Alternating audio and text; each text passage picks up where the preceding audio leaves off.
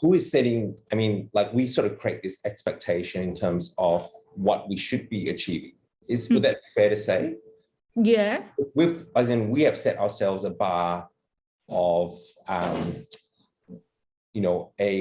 a black and white number. And the thing is, I've never sort of given a threshold, a line in the sand in terms of, where it is in terms of where, if you're doing well or not well. And I think that, but it's something that I think we create in ourselves, especially when we ask for feedback. And in fact, in the way that feedback is given, because I think traditionally it's given as a binary number. And that half mark, if you score 50%, then it's a pass. If you score less than 50%, it's a fail. And I think in some ways that creates that threshold, that line in the sand, which we think we're doing well or not. Is that fair to say? Like when you say we're not achieving, getting what, setting up what we want to achieve, like what are those achievements, or what are those goals or performance targets, do you think?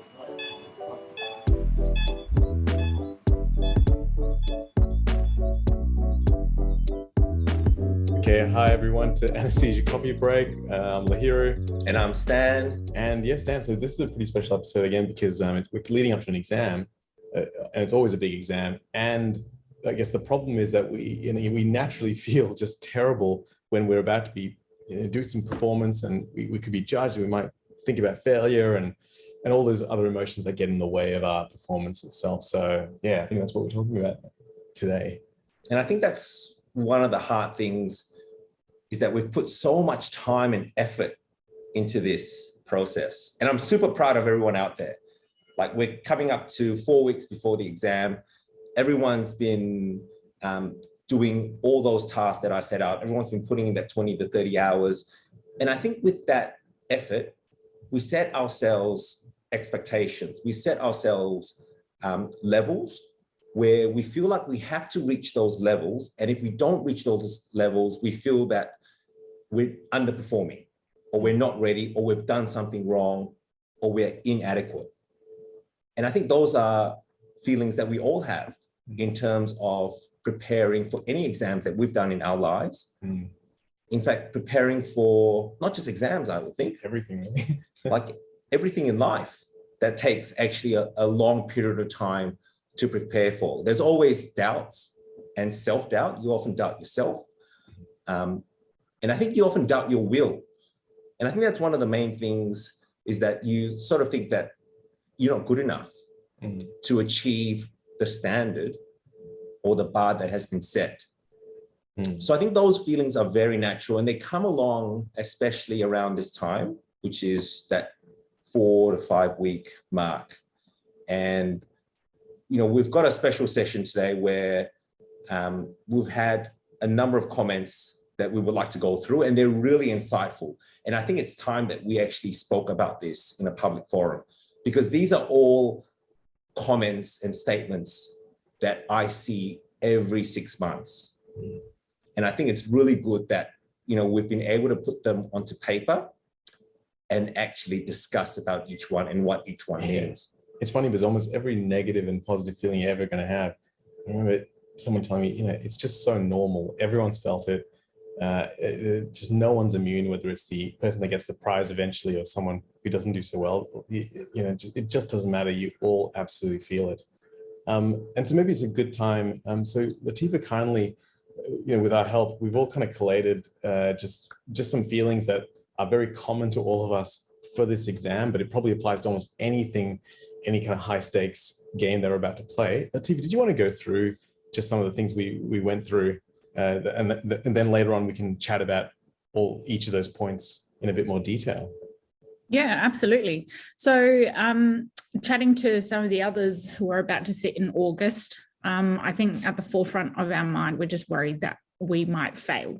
And whether that's because of lack of consistency, lack of knowledge, lack of performance on the day, or luck, it's something that really scares us, because we've put in a lot of work, but we're worried that it won't be enough, that we're not enough, that there is so much to cover. And even if you've managed to read all of it, because many of us haven't covered the whole syllabus, and I've heard people say they never ended up covering the whole syllabus, but you just feel like you're behind all the time.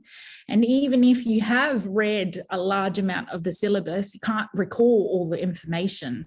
And having all of that hard work that you've put in to then be distilled into a process where you spit out a really elegant answer in, 8 to 9 minutes, and you're having a breeze, and you get to stop and have a little sip of water and then go on to your next question. That's just not happening in the exam. Like, no one's comfortable in this exam, I think. And in this little period, I think particularly for me, I'm not sure where to put my time, whether to be practicing whole timed exams, whether I should be doing structures. There are some show me the money sessions happening, but then there still might be big holes in my knowledge. And I'm thinking, do I need to be listening to this podcast? Should I still be learning this detail from the textbooks? I'm running out of time.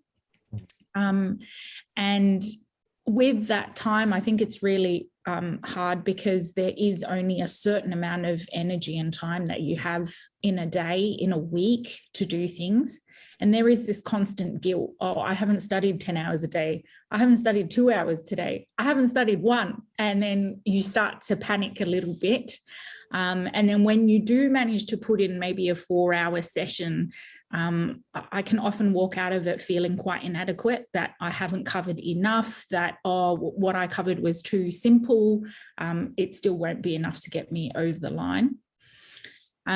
There's lots of comments there. Do you want me to just keep going, or do you want to stop and let's unpack? Let's unpack them.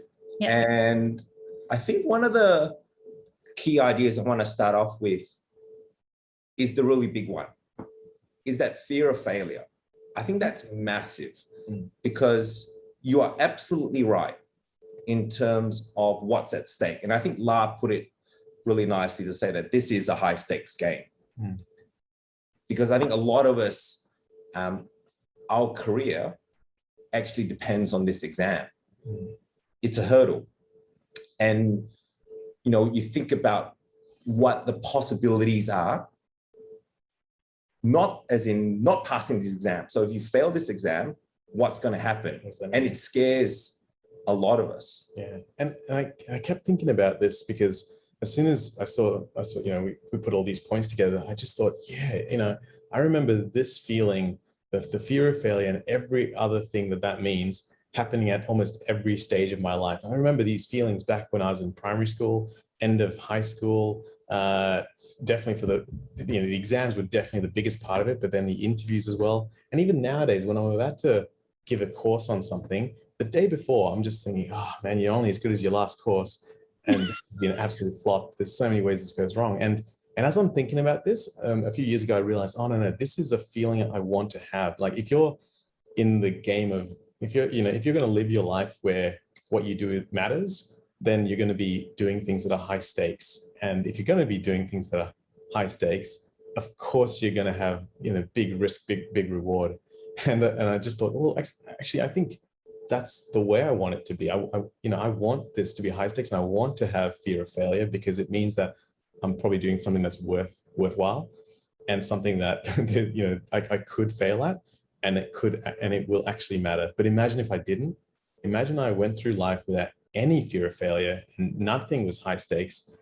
It's just not a choice I want to make. That's just not the life I want to have. And I suspect that, all of you got this far, and all of us have got this far, and that's probably not the life we've chosen to have either, because at the end of this, or whatever you choose to do, you will keep having these moments of fear of failure. So it's going to be this exam, then your next job, and then the final exam, then your fellowship position, then the next, then your consultant jobs, and then whatever else you want to do in life, whether it's, trying to be the next skiing champion or chess master or runner or whatever it is, you're gonna feel it. So what I've just realized with this is that I've just got to accept it. It's a good sign. Feeling fear of failure regularly throughout, within reason, regular fear of failure at intermittent times in your life is probably a good sign that you're on track, that you're actually pushing yourself and you're doing what you probably want to do to be an effective member of the human race or make things matter, and that you're actually challenging yourself. So what it comes down to is probably what we're going to chat about. What are the tactics we can use to go, okay, fear of failure, all of that bad emotions happening, what am I now going to do about it? And I think it comes down to a few of the things that over a lot of this time with Adrenaline Memories and the Anesthesia Coffee Break we've talked about, which is things like being aware of it, being mindful of it, and observing that self-talk and making sure that you're framing it in a positive light. Having someone confident who helps you get out of your head, whether it's a good mate. For me, it's my sister. I'll just tell her, look, I can't remember enough. I'm feeling really terrible. And she'd always just say, no, don't worry, you've got this. And for some reason, that's that one person that you just believe in life, whether it's your sister or a colleague of yours. Some people just help you get there. And sometimes you might have to actually tell them, this is what I need from you. Like some people, you need very constructive advice about what you need. And other people, you just want them to tell you, hey, don't worry, things are going to be good. You've passed everything else. You've done all right. And if you don't worry, there's always another one. You need someone like that. And then, I think that other things was probably, again, these general tips, but balancing the hard, challenging stuff with uplifting stuff, doing those questions that before the exam, or spacing them out.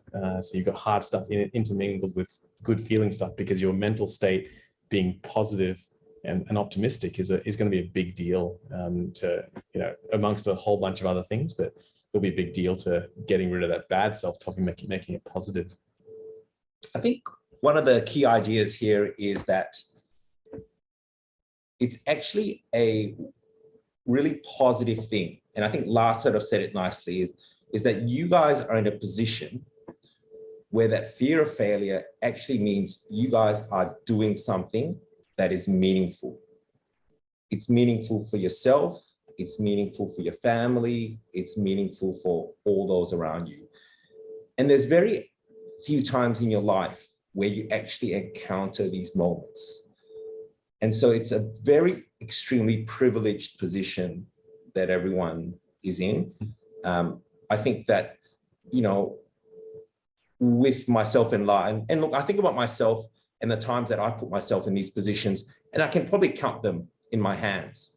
And I think this is one of the reasons why, as we get older, we certainly don't put ourselves in those positions where we can fail. Yeah, like there's a lot of ego potentially. It's like, I'm now a consultant and I don't want to do another ALS course where I might actually fail. Yeah. Or, and you kind of pushed into these situations. Like, I don't know if you ever had a consultant who do a sim session and they're afraid of doing the sim session because it would feel embarrassing to fail at sim session. And I know that we would all feel that if we were now to run an ALS thing and things didn't go as well, like, I'm expected to know that. Suddenly it's a lot worse. But what's the option?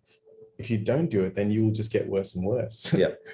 And I sort of look back and I think, I guess if I was your age again, and I was in this position here, I think it'd be, I can certainly feel like it'd be very exciting.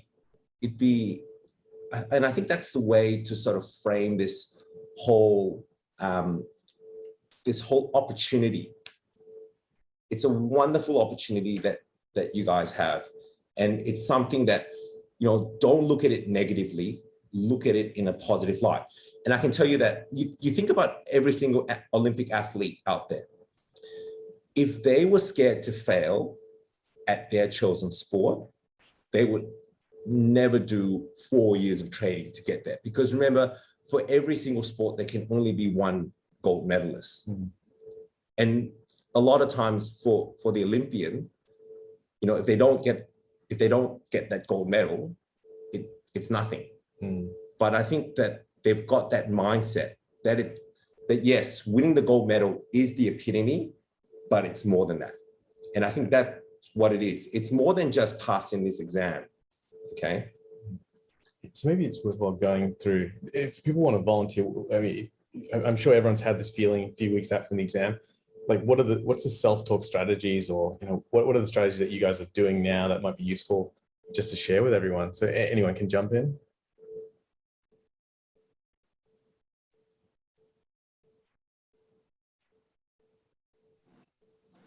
I've been trying quite hard to keep a bit of a focus on life outside the exam. And I think, Lahiri, in your last session a few months ago on similar topics, when you talked about cognitive behavior therapy, you talked about like the worst case scenario and sort of delegitimizing that. So like really just focusing on those core basics that we take for granted when I feel really stressed, and that they'll still be there. That's pretty hard at times because I struggle to make light of the worst case scenario for this, where I'm like, if I fail, that means like, you know, instead of like studying in winter when it's raining, it means like I'm going to miss out on like going to the cricket and going to the beach in summer, like another 6 months. So it's sort of hard to do that, but then to sort of try and at least zoom out on that worst case scenario and be like, there's all these other things that will still be going okay if I don't pass this, because that fear can sort of be paralyzing at times, I think.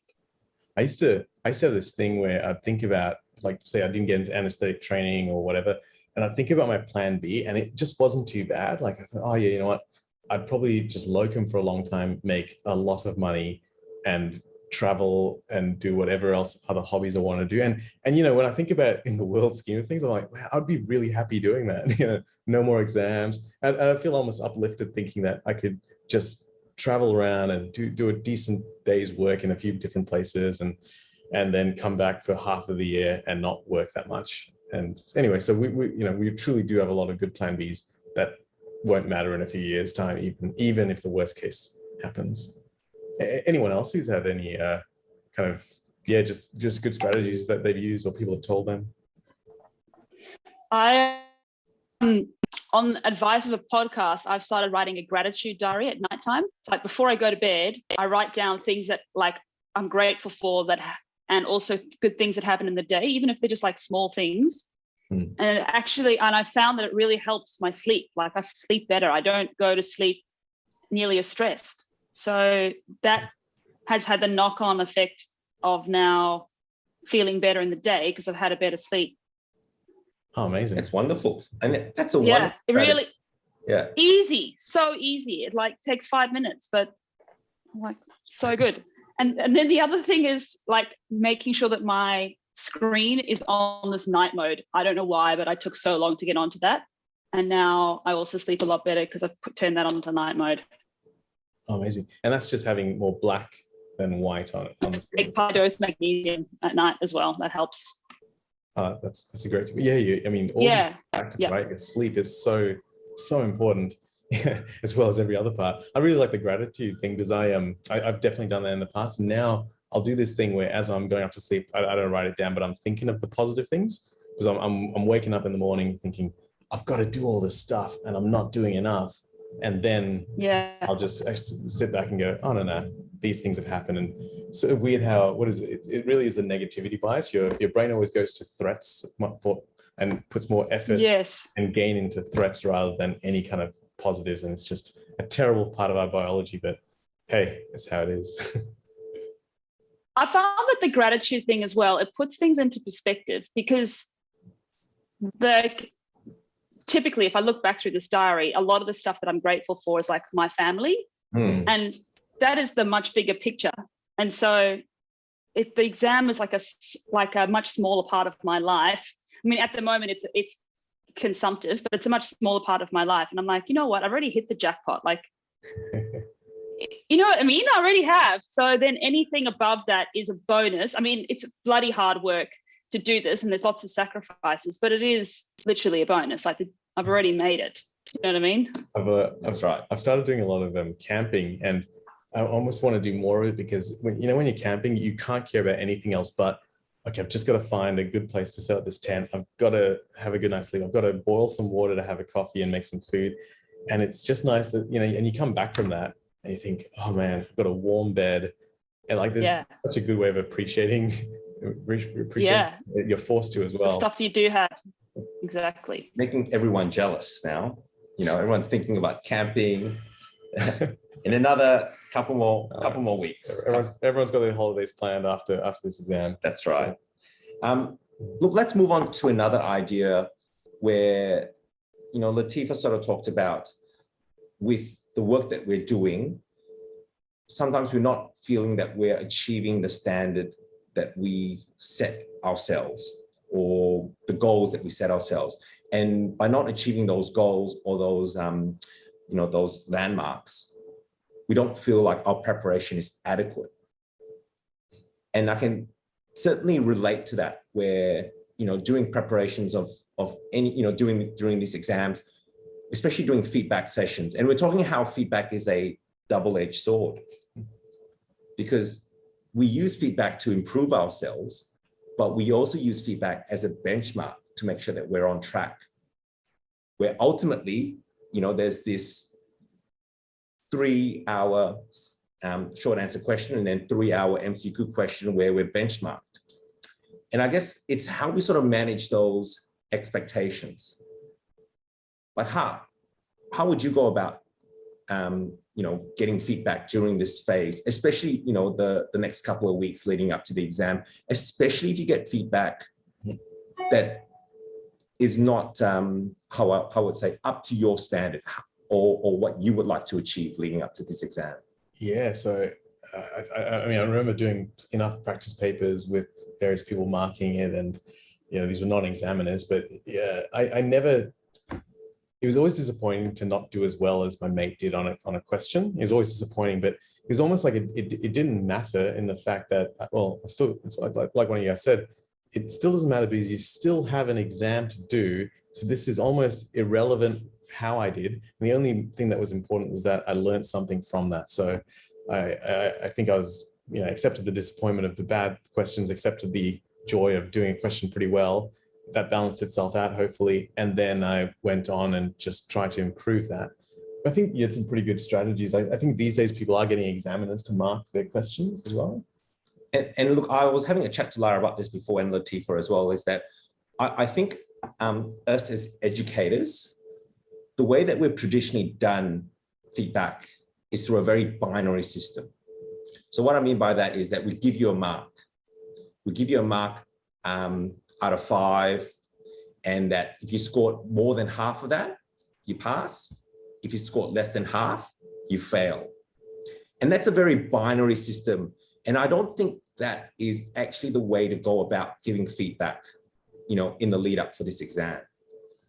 And what I mean by that is I've sort of learned that over the last couple of years, in terms of that, it's actually more beneficial for me when I give feedback for a short answer question to actually talk about strategies of what you can change or evolve to make your answer present better. So what you've done well first, and then after that, what you can improve on.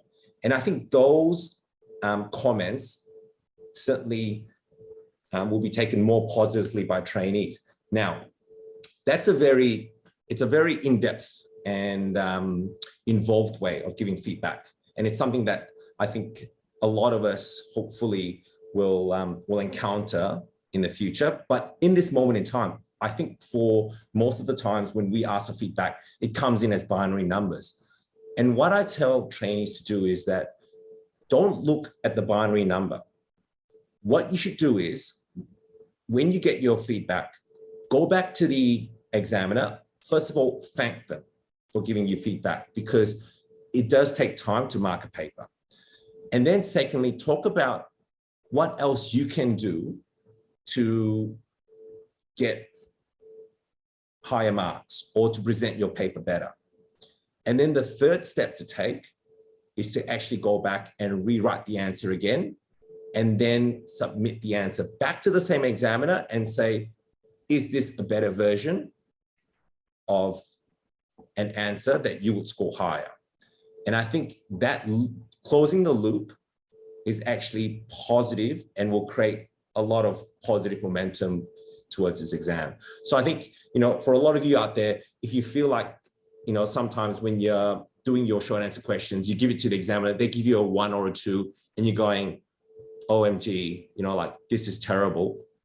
Don't look at it that way. Don't look at binary numbers. I mean, and that's what Lara was talking about in terms of, in fact, that's what the title is, the performance paradox, which is that the more that, we try to set ourselves targets as we lead up to this exam, sometimes the way that it's being received is actually more negative. And instead of looking at it in terms of binary numbers, look at it in terms of strategies of how else I can improve. So every single moment, every single opportunity, every single question that presents itself, look at it as an opportunity in terms of how you can improve yourself, but close the loop.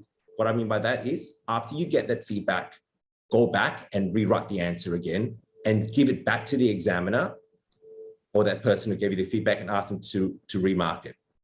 And what you want to see is that score go up high, and then that will reinforce all those positive strategies. Yeah, sounds really good. Should we go through some of that, a few more of those specifics that I think Atifa was coming up with? Yeah.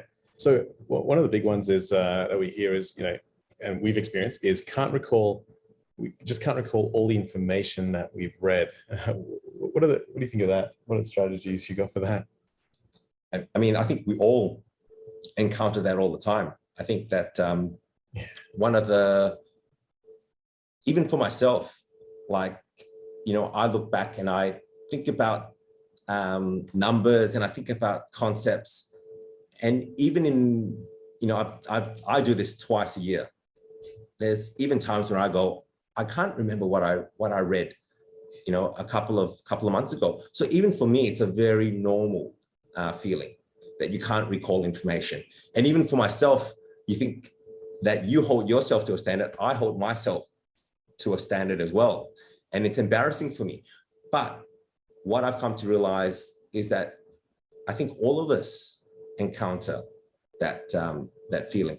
And it's not just about, having to recall information and specifics. And this is where that idea is in terms of being able to understand the general concepts and to also understand strategies on how you can communicate with another person when you can't recall those specifics. And what I mean by that is, let's say you get asked a question on, what is, let's say, the pKa of lignocaine, and you can't remember the exact specifics, but what you do is some general concepts around the drug, that it's a basic drug, and then you can talk about the things that you know, and it gives you that sense of where you think that pKa of lignocaine should be. And those are some of the strategies that you can work on. And I think it is important to put yourselves in situations where you can't answer a question. I think that is one of the key things that I look for from a trainee, is that if they can't answer a question, what are some of the things that they say? And I think it's really insightful to understand how they think about certain ideas, which is why you talk to every examiner, and you even talk to trainees who won the merit or won the Renton. Every single time they've been put into a scenario where they don't know, whether either they can't remember, they haven't read that information, but it's not about, because they aren't able to recall that information, that they fail. That's not it at all. In fact, it's the way that you talk about what you think that information is, that is actually a lot more skillful. And would you say, like, let's say you asked a question point blank about, say PK, and you're not sure, it's worthwhile, because examiners always know when you don't sound sure. So it's worthwhile saying, look, I'm not sure, but I think it's this, or I'm talking around it. It looks like it's a basic drug, blah, blah, blah. And then you get to a point where it might be around this. And you sort of know that, maybe it's around 8, maybe, and I think, and what I mean by that is you don't need to be specific and go, it's 7.8, 7.9, all right? You can be around the number, and being close enough is actually good enough a lot of times, all right? So don't feel like the bar is set so high that you need to be accurate in the answers that you give. Not at all. This is a communication exam. I've always said that right from the start.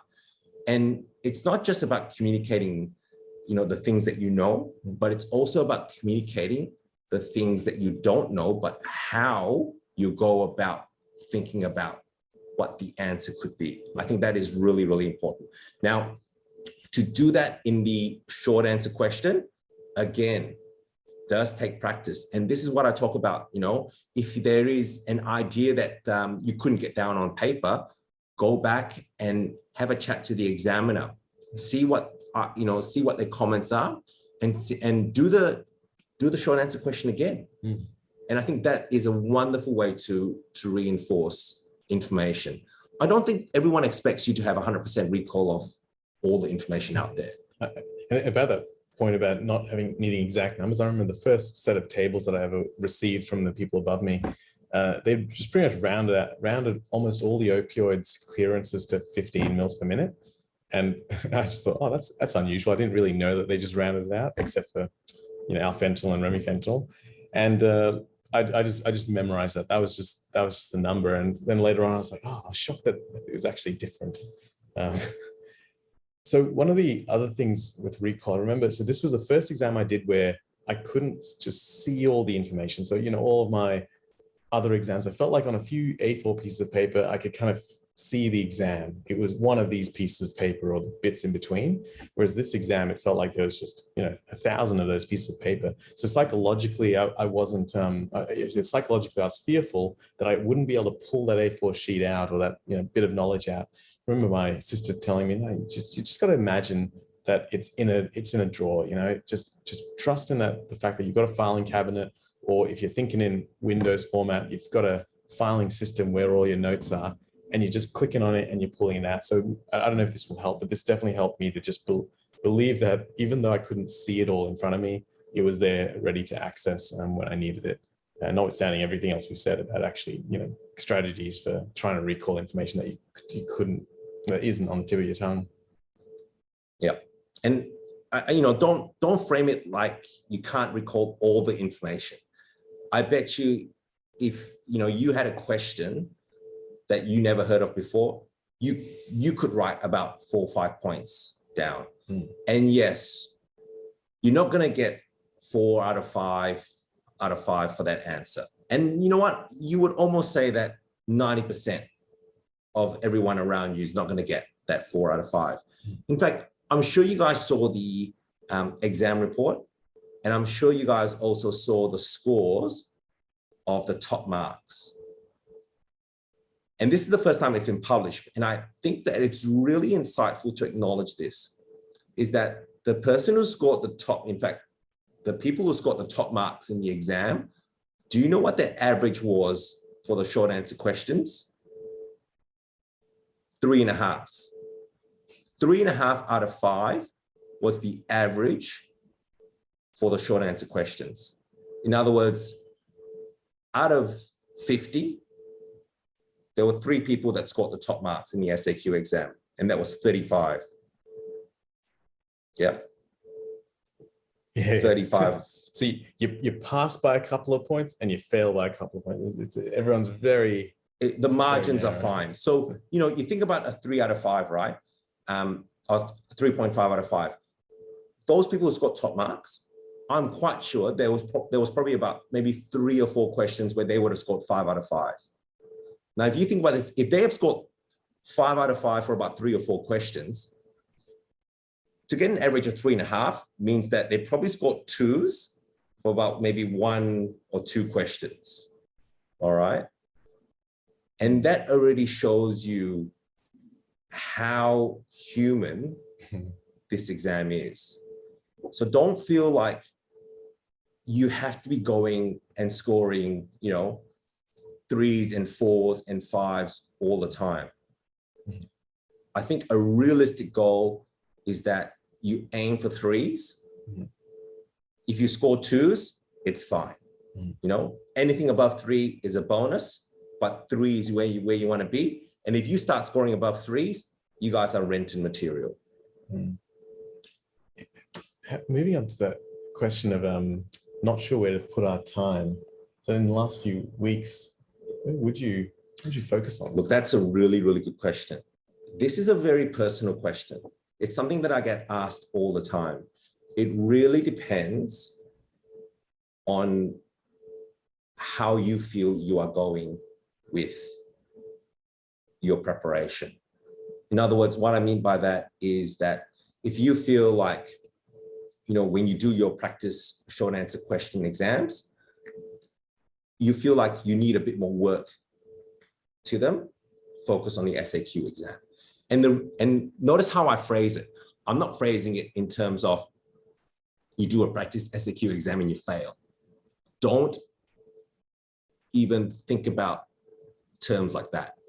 Think about it in terms of these practice papers that you do.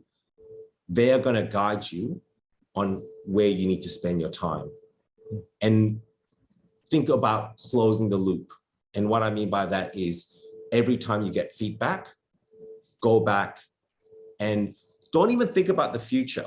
Just think about improving that moment in time. So that, let's say you've got a question where you've scored 1 or 2 out of 5, and you want to get that 3.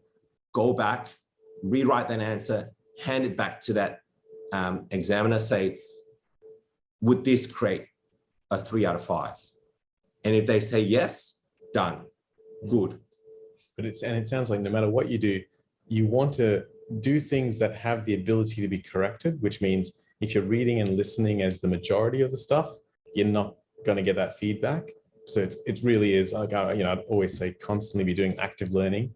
If I ever gave a rest for too long and just kind of passively digested stuff, I would lose my edge when I was writing stuff out or speaking stuff out. So active learning is the only way that you will know where you need to fine tune and improve. So I would say in those last few weeks, the only game in town really is majority active learning, and for your breaks and for your kind of fluff sessions, have a listen to something passively or read something, but otherwise exams, a lot of them. And like you always talk about marginal gains as well. And I think this is a really good example of, marginal gains. And what I mean by that is, I think we need to acknowledge that the scope of the primary exam is massive. Yeah. But like when we do a short answer question, it's very finite. I would think that a short answer question probably represents less than 1% of what is out there in terms of what you may potentially get asked. But let's say that that short answer question was something that you could improve on, take that opportunity and think about the marginal gains of really getting that right. Because I think sometimes when we overwhelm ourselves with how, the enormity of the concepts that are out there, we go, oh my God, I don't know this concept well, but I don't know another 1,000 concepts well. What am I going to do? I'm going to go and, study this other 1,000 concepts. When in fact, just look at improving that little moment in time, and you'll find that as you do that, marginal gains, that 1% becomes 2%, becomes 3%, 4%, 5%. Really sort of think about moments in your learning, schedules. All right. So I think that, where you focus from now is really dependent on how you guys are going. And I think one of the things that I would also advise is that don't neglect your MCQs. So as much as, you want to focus on short answer questions, yes, focus on them. You can spend a bit more time on them, but whatever you do, please, especially if you need to pass your MCQs, do not neglect MCQs, because MCQs, they are a pass-fail component. All right. There's no point passing the short answer questions if you can't get through the MCQs. And just on that point of marginal gains, before we go to Bibishan for a question, I really like the idea of, your whole life having a few of those marginal gains. So, just talking about, making sure that the whole of your life in these last 4 weeks is pretty well structured, so having your meals planned, whether it's your favorite takeaway restaurant, just know what you're going to eat beforehand, stuff that you enjoy eating and it's good. Make sure you are getting that good night's sleep, whether it's blackout blinds, a better pillow, face mask. Recently, I found just listening to an audiobook going to sleep is just amazing for me, as well as all those other things. So, make sure all of your regular habits that make you function well are as good as they can be. And if you need to outsource one of those things, please, outsource it to a cleaner. Find out who your mate uses, or maybe there's someone who is particularly good at just sorting other things out in your yard. Just make sure those things that you don't want to do, just get someone else to do it. Vishan, you asked a question? Yeah, sorry to backtrack a little bit, but when we were talking about the questions where you might not necessarily know the specific answer, I understand what you guys were saying in a Viva setting where you can explain understanding of a concept. I find it particularly challenging with a written question to find that line between writing about something you know when you might not know the whole answer to the question and answering the question, which is something we're always obviously trying to do. So I wanted to ask about the balancing act between those and how you might discriminate between this could get me a mark and this is a waste of time. The examiner just thinks I don't know anything. Yeah, look, it's a really good question. So we will both have our kind of perceptions of this. I always thought that I would try to, answer the question and just make that brief. And if I didn't know something, that would be obvious that it wasn't there. But I'd also have, pages at the end where I'd say just some extra information. Like I just had this feeling, and this is completely not evidence-based. I haven't really talked to examiners about this, but I just thought it'd be very difficult for them to fail me if I just wrote down lots of information that's loosely relevant to what they're talking about, even if it wasn't exactly answering the question, but I wasn't going to pollute my formal answer. It was just extra things that I could put in extra time if I had it. So I don't know the answer. I'll put what I do know in a concise fashion. And if I have extra time for that question in the paper, I will then write and go into the extra non-specific detail. That was my strategy for it. I think one of the things to acknowledge is that there are always going to be about maybe 2 or 3 questions in the short answer question where you go, I don't know much about this question at all. Hopefully, if you are able to have that coverage, you can probably reduce that to about 1. But I think on average, 2 or 3 questions, you're going to find challenging. It's not going to be 15. And I think that's the key thing to realize. You are not going to have 15 questions where you're going to go, OMG, I cannot write anything for these 15. There's going to be about 7 to 8 questions where you go, right, I can really produce a good, solid answer to this question. And yes, I agree that sometimes when we do these practice exams, for those 7 to 8 questions, a lot of times, we feel like we've given a really good answer. And then after that, when we get the feedback, you're like, oh my God, I scored a 2 out of 5. But I'm sure that if you look at the average of the marks, right, you'd be around that 3 mark, okay, which is where you want to be. And there's always that, 2 or 3 questions. And you think about the last exam where they had that Rotem question. So yes, there were some trainees who were familiar with Rotem and could write a really good answer to that. But for the majority of trainees, they looked at it and went, what am I going to write? But I think when you sort of, when they had that pause, a lot of them could actually write a couple of things down.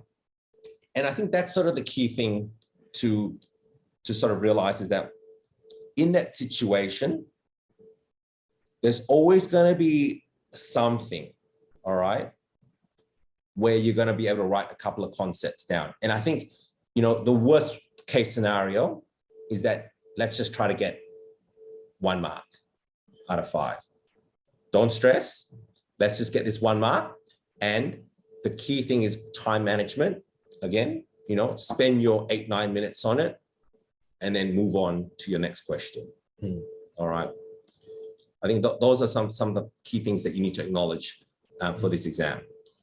So a few other questions which are really related to how we imagine other people might perceive us. So, the fear that we are slower or stupider than someone else, or, what's another person going to think of me? What's the department going to feel? And all that stuff, which is really a lot of, I guess, mind reading of other people's kind of perceptions on you. What do you think of that, Stan? I feel that all the time sitting next to you, Lahira. Join the club. I was at Lahira's birthday last week, so we got to wish Lahira happy birthday. And this guy's phenomenal. Like we were having drinks, and like halfway through, we're at this piano bar, and like the musician comes up and just asks Lara to come and join him. And then him and Lara are just riffing.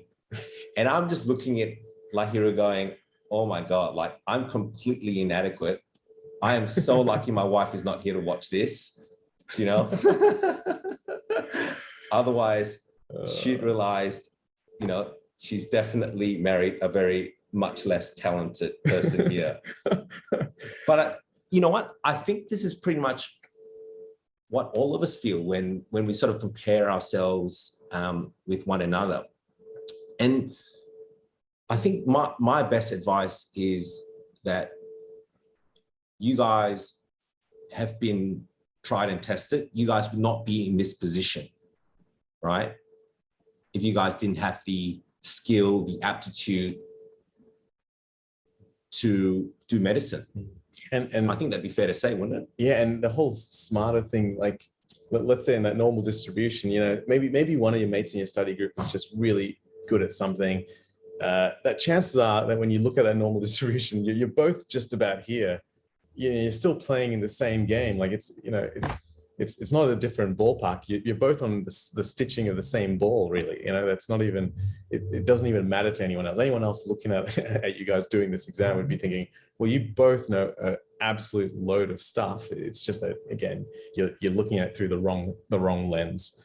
And, you know, then the other thing is I love the fact that a lot of consultants in the department I was training at would just tell us, yeah, I failed. Yep, I failed once. And then, you know, Prof. Story came out with that article. You know, he'd failed. He's a professor. He's doing bloody well with himself. There's a lot of these things that, it really doesn't matter too much. But again, telling you that stuff, it's a feeling. You feel it. It feels terrible. But at the end of the day, it's just owning that self-talk and not letting it run wild, knowing the facts are actually a lot better than what your perceptions are. And I think that's one of the key points that Lahira has made, is that when you sort of compare yourself to another person, don't let that comparison run you down. Okay, use it positively. Use it as a way to actually improve yourself, so that if you see someone who is really skilled at answering questions, explore those ideas with them. Say to them, why do you think about it this way? Or can you run through these concepts with me? Really take advantage of those opportunities that present themselves. Because remember that I've always said that, and I've said it before earlier in this talk, is that this exam is about communication. It's also about relationships as well. It's about the way that you communicate with one another. It's the way that you develop relationships with one another. And, if I need help from Lahiru, you want to be able to go to Lahiru and go, or to anyone else and go, hey, can you give me your ideas in terms of why you think about it this way? And it's the same thing about this podcast here, or about this idea here. When I was approached to talk about these ideas, I know for myself that I have somewhat of an understanding about it, but it's not as complete as how Lahiru is able to express these ideas so much more eloquently.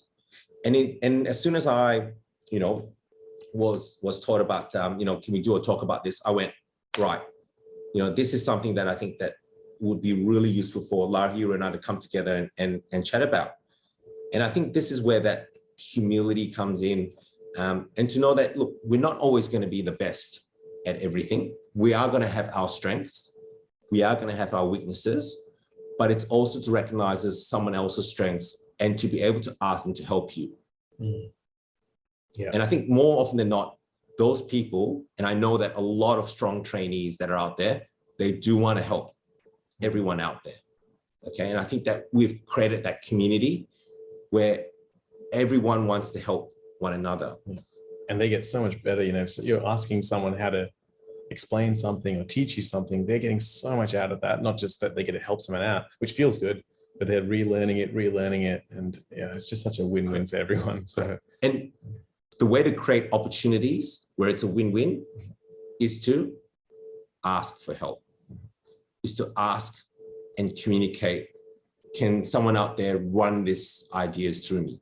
And I think, you know, if you're running low on energy, that's one of the wonderful ways to actually create energy, is to actually, you know, go up and do a Zoom session, go up and say, hey, can we have a chat about this topic here? And I think just that conversation, you just rebound the energy off one another, which is why, you know, anesthesia coffee break works so well, because like here and now, we just get, we actually just talk about it. We actually run with energy, you know, run with the energy from both of us. Actually, it's something you mentioned, which is really great. And I never thought about this before you mentioned it, but this exam for me was always so self-focused, and how it should be more outward focused. Tell us about that, Stan. So a lot of times I think that we think about ourselves in this whole process. We think about, you know, I'm going to fail. I'm not doing well. You know, I don't have the qualities to succeed. Whereas I think that if you think outwardly and you go, what else can I do to help this, you know, help someone else succeed, to help someone else do better, you've actually created that energy. You know, when you want to go out and actually help someone, you actually create that energy that I think drives you to be better, which is what this whole program's about. You know, when we want to help someone, we actually go out and actually reach out, and actually I think we learn in that whole process, don't we? Wouldn't it be an interesting thing if they change the exam to you all pass or you all fail? Yeah, it's a whole sort of collective effort. Yeah, that's right. Which is why I think, you know, when we get asked to do a topic or an idea, we're actually very enthusiastic about it, because we know that we're helping someone else. And I think in that process, we want to do a good job. Yeah. And that's what creates the energy. Yeah, that's right. Yeah, absolutely. Yeah, but the amount of motivation you get because someone else is relying on you, you can help someone. That's a pretty big motivator, isn't it? And I think you can leverage that in not just, you know, on the networks that you've created, but also in your department as well. Because I can guarantee you there are consultants out there who want to help. The thing is, they don't know how to help. And I think that's one of the key messages out there, is that you have to communicate, you have to ask. I guarantee you they're out there, because I've had a number of consultants reach out to me to say that, you know, they want to be able to contribute to the preparation of the primary trainees. But the key thing is they don't know how to. They're fearful that they've lost that primary knowledge.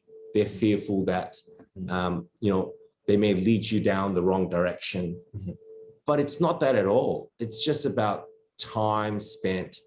It's about having a platform to discuss ideas, to talk with one another. And I think that energy that, you know, they bring, you can feed off that. Yeah. Hey, so we've been going for around 50 minutes, maybe have another time for another 5 or 10 minutes. And I thought it'd be interesting to go, these are probably a couple of hard questions. I might get Latifa's question before we get on to, you know, training and continuing training, and also the thought about whether I should defer two tough questions. But yeah, Latifa, go for it. I think the fear of paralysis is a big issue for me. And I just wondered what advice you might have for some of us to really ignore the big, scary feelings about failing, about inadequacy, and how we get into beast mode for 4 weeks. You do it together. I think one of the things that I think we can all acknowledge here is that everyone feels the same. Everyone feels that they're not good enough. Everyone fears that they're going to fail. And I think that the way to get into beast mode is to go, how do I get you into beast mode? Right?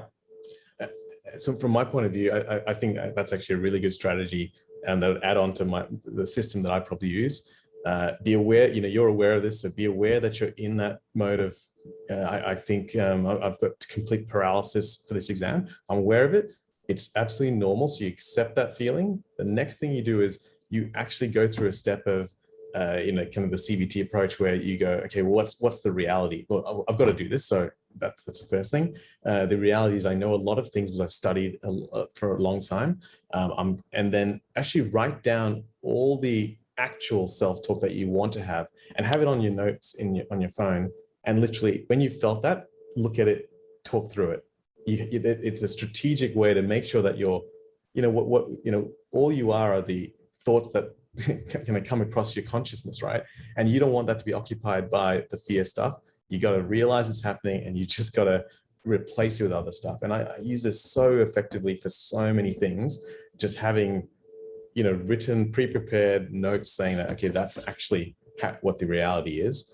And then definitely combine that with your mates and say, hey, I'm feeling pretty crap right now. Let's do something to feel better and get through this together. I think that's a really important thing. If you're feeling down or you're feeling unmotivated, communicate that to someone. I guarantee you, they will go, right, all right, well, let's go do something that's going to keep you motivated, because there's nothing more nothing that brings motivation than someone else's unmotivation. Yes, right. And tell them what you need from them as well. Like you don't want to be a complaining person, right? But a close friend, if you go, hey, by the way, I'm going through this right now. I need you to be this person for me, if that's okay. Once they know what's expected of them, that you're not just whinging, that you're actually going, look, I actually need some help. Again, oh, you need help? Yeah, I'll rise to that challenge. Absolutely. I'm your mate. It's a very different frame that you set someone else in to get to beast mode. And this is the reason why I never tell our hero I'm not running anymore, because I'm quite sure if I told him that I'm unmotivated to run, he would be on my front door at 5 o'clock in the morning going, all right, let's go. Time to run, time to run, time to run. So this is a bad analogy. I haven't run in a long time. Oh, you haven't run? All right, well, let's go tomorrow morning. Okay, a couple of serious topics then. The problem of whether I'll be still allowed to continue training, career aspirations and all of that. What do you think of that? That all comes down to that fear of failure, isn't it? And what's at stake here. Look, it is a hard one. I acknowledge there's so much at stake here. And I think that, as you said, look, let's just get it out there. All right. What's the worst case scenario that can happen? Yeah. So I mean, really. So let's talk about this. All right. You fail, and let's say you can't continue training. All right. What's the worst case scenario? Yeah. So and this is really unlikely, right? So say you do fail, then you'll sit again, and you've got a few goes at this, right? And the chance of all of those going badly, that's pretty unlikely. That's a good start. And then let's say you do get off the program. You're a doctor in Australia who's got onto anesthetic training, which is probably just as big a hurdle as anything. I'm going through however many hundreds of applicants for 4 crit care jobs. That's not easy. You guys have been through that. Whatever other thing that you do, you'll probably get it, and this will be but a blip in your memory, I suspect. But this is where I think some of the amazing success stories we hear around the world today comes from failures. Yeah. I mean, I'm not saying that you guys are gonna fail, but what I'm trying to say is that alternative is not as bleak as you think. In actual fact, some of the alternatives may actually be a lot brighter. And I'm not saying to choose another path, because I think anesthesia is great, but it's that mindset. And it's that mindset that never lose yourself, never lose that positivity in this whole process. This world has so much to give you. And you probably all realize is that, it's only through struggle that you get out the other side. And you hear many stories of this, but what is it? There's this fantastic doctor from Queensland who was paralyzed in, I think, a car accident. And he's just done, he became Australian of the Year. He's just doing amazing things to advocate for, disabled patients and also doctors as well. And that came out of this incredibly terrible tragedy. He's just paralyzed from the waist down. And I think of that, and from a completely different scale, I think ABC's anesthesia for me pretty much started from the fact that I didn't understand the second part exam. And so I really struggled through. It was a very difficult time for me, whereas the first part it was challenging, but it wasn't as much of a mystery as the second part exam.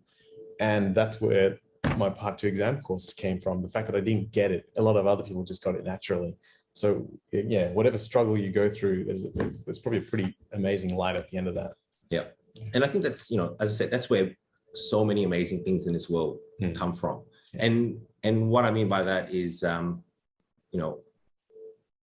if a negative thing was to happen to any of us today, so let's say you go blind, you lose a limb, you become paralyzed, it's only negative if you see it as a negative. And you see so many positive stories of how, people who lose limbs, who lose, their physical functional abilities, they lose, and not just physical abilities, I'm just using that as an example, but obviously, they lose their jobs, they lose other positions that they're in, but they've created from that failure or from that, mishap or negativity, they've created something amazing out of it. And I think that is what humanity is. That's good. So yes, acknowledge it, right? That there is a lot at stake here, okay? And yes, if you fail, there's always that possibility, but it's not as bleak as it is, all right? And I think knowing that should give you that freedom to do some amazing things from here on in. In other words, let that fear go, all right? Because it's not as bad as you think. And in actual fact, in some ways, if you are religious, it can be a blessing, all right? I think a lot of things in our lives, when we look back through the lens of time, at that moment in time, we say that, we're going through some really hard times, but then, a couple of years later, you're like, that was actually one of the pivotal moments of my life. Yeah, that's right. Yeah. There's an interesting song lyric where you go, 100 bad days is 100 good stories, and 100 good stories makes me interesting at parties. Yeah. And that's a good way to sum it up. Yeah. So let it go, guys. Yeah. There you go. Yeah. You guys are set up for success. All right. No matter what happens from here, you guys are set up for success. Yeah. All right. The fact that you guys are here today, dialing in, listening in, just shows me that you're passionate, that you care. And I think having those qualities, being passionate, being caring, I think no matter what you do, you guys will be amazing. That's probably a good point to wrap it up then, I think. Yeah. Does anyone else have any sort of comments or feelings that they want to share before we sort of wrap it up? Latifa, with that fear of like what will happen if this all goes pear-shaped, I have this thing where I've spoken to other people about this because I have also felt like that in the past. And I think that the way I look at it is that the future will take care of itself. Like, oh, how's my kid? There you go. And you look at the opportune timing of your kids. This is your future. Yeah. But what I'm saying is like the future will take care of itself. So if you sit and worry today about what will happen if you fail the exam, it means that you're not spending the time today on what you can change, which is the exam. Exactly. Spot on. You're 100% correct. That's good. Yeah. Because it like when you fail, you have to deal with it anyway. Like there's something you can, that will take care of itself if it happens. Like that. Yeah. Don't look at failure as like this negative end of the world event. It's not at all. And I think you're absolutely right. I think that the way that society is constructed at the moment is that we have these moments in time when we go, boom, now you failed, you're falling off a cliff. And it feels like it sometimes. Whereas I think that, give this another, hopefully let this evolve over time. Yeah. And I think that what we're going to be able to create, hopefully, is that idea in terms of a pathway, all right, where we go, look, you haven't succeeded yet. Let's try these different strategies. Because ultimately, I'm going to tell you right now, this is what Anesthesia Coffee Break and Adrenaline Memories has come. That's what it's come about. It's come about because of all the failures that I've experienced. And what I mean by that is, you know, like, I want every one of you to pass. I think that's our big motivation, is that we want all of you to pass. And you can tell that both of us are emotionally invested in this process. And especially with my trainees in my training scheme, like, it feels like I have failed when a trainee doesn't pass. And I never look at it as an educator in terms of that trainee has failed because, you know, they weren't clever enough, that they didn't have the aptitude to pass.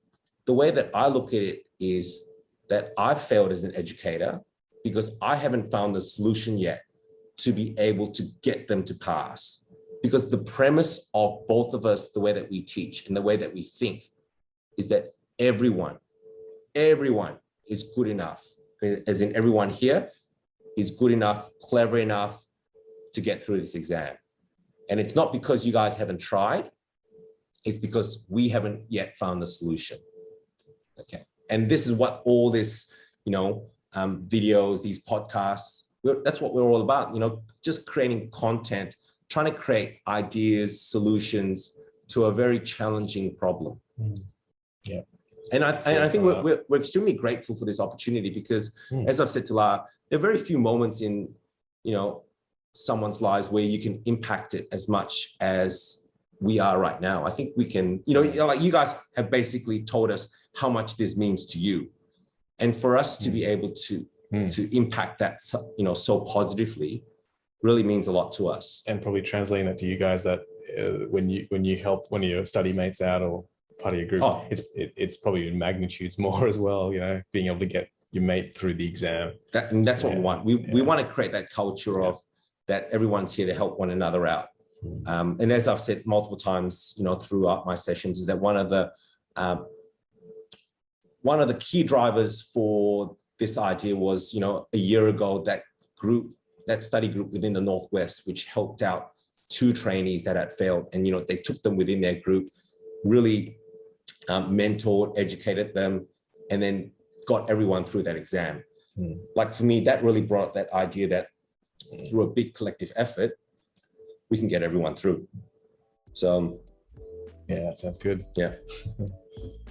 Hey guys, thanks so much for joining us, and yeah, we really appreciate everyone sharing, especially Latifa for collating, all of the stories about this exam and all the things that we've, you know, every one of us has probably felt at some stage. So yeah, thanks so much, Latifa. And yeah, as always, join us on Anesthesia Coffee Break and Adrenaline Memories.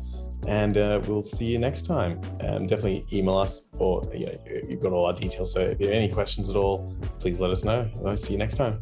See you on Saturday. Thank you. Thanks so much.